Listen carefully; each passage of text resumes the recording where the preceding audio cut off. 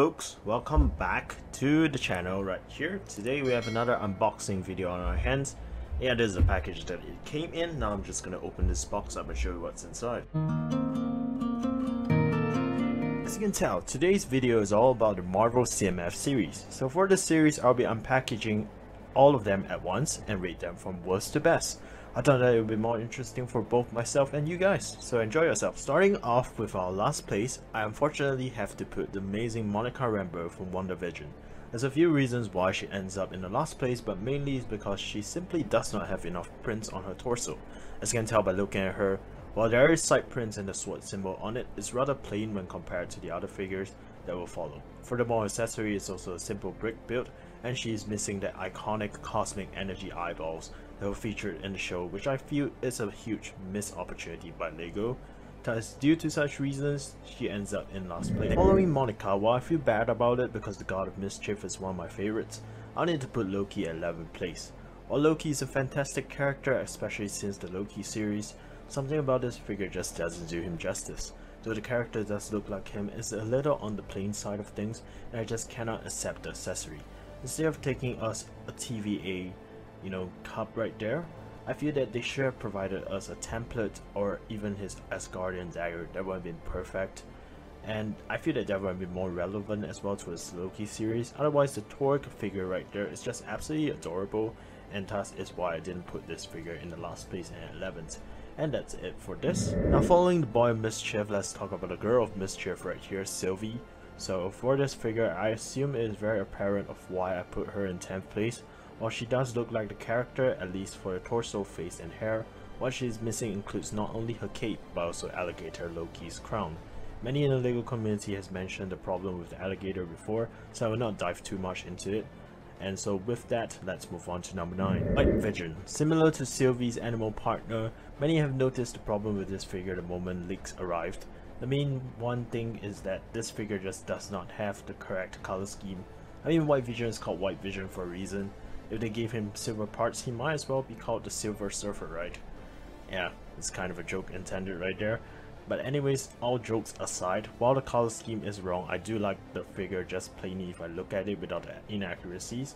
So I did put him in the 9th place due to aesthetics. And with that, let's move on to number 8. T'Challa, or in this universe, it's actually known as Star-Lord. So this is from the What If series, and I actually really love this episode where he basically saved everything and even managed to convince Thanos to turn good. I have to unfortunately say that this figure loses out in terms of details and aesthetical appeal though, because as compared to the other figures, it's just kind of lacking. And it is a solid minifigure with a great helmet, extra hairpiece, good torso piece, don't get me wrong, but it's just good and not excellent, and therefore it stands at 8.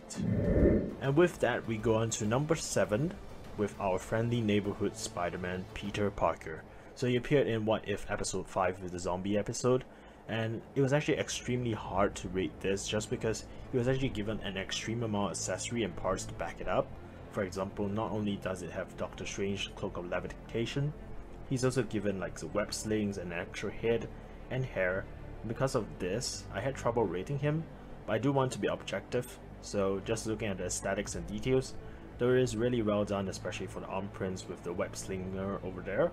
I would say it's less special and exclusive to me as compared to other figures later on, for example like Captain Carter, and also because like we have gotten so many different versions of Spider-Man before.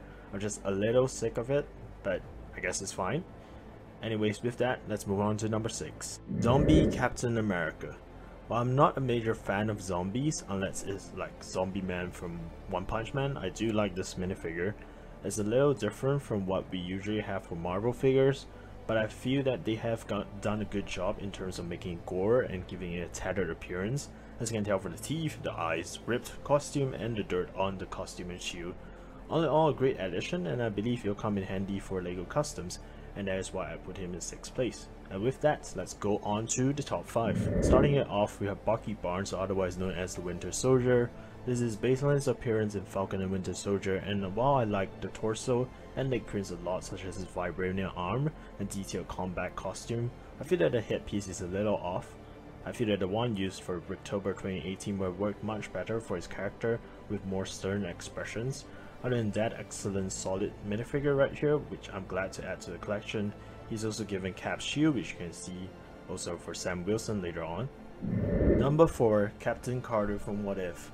A favorite from What If, I would say, for me personally. I feel that this is a fresh exclusive to this series because although we do get a minifigure of Captain Carter from What If sets, you know, this variant is much better, and you know, we can technically get multiples with it as well for affordable pricing, so that's even more amazing. Aside from that, I just love the looks of this and that new shield. We've gotten many Captain America shields in the past across the years, but it just feels kind of old at this rate, and giving us a new shield with a new print just feels kind of fresh, and I really like that. And not to mention that Captain Carter over here looks amazing in that suit, so yeah, absolutely amazing. The only downside to this figure is honestly the Tesseract right there. They should have just given us a glowing cube for it instead of using 3 square studs. If not because of that, it would have been ranked higher, but that's all my opinions on this figure. And now let's move on to the big 3. Third place, we have Scarlet Witch. So, I know many of you may not agree with this figure. I personally really like it though, and I can bypass the fact that her hair is actually molded together with a headband. It's honestly just a small mishap. Looking at the big picture, this is definitely one of the best in terms of face print, torso prints, and leg prints. I mean, just look at this amazing back prints right there. One word to describe it would be mystical. And that's it for this. Number 2, we have What If Gamora.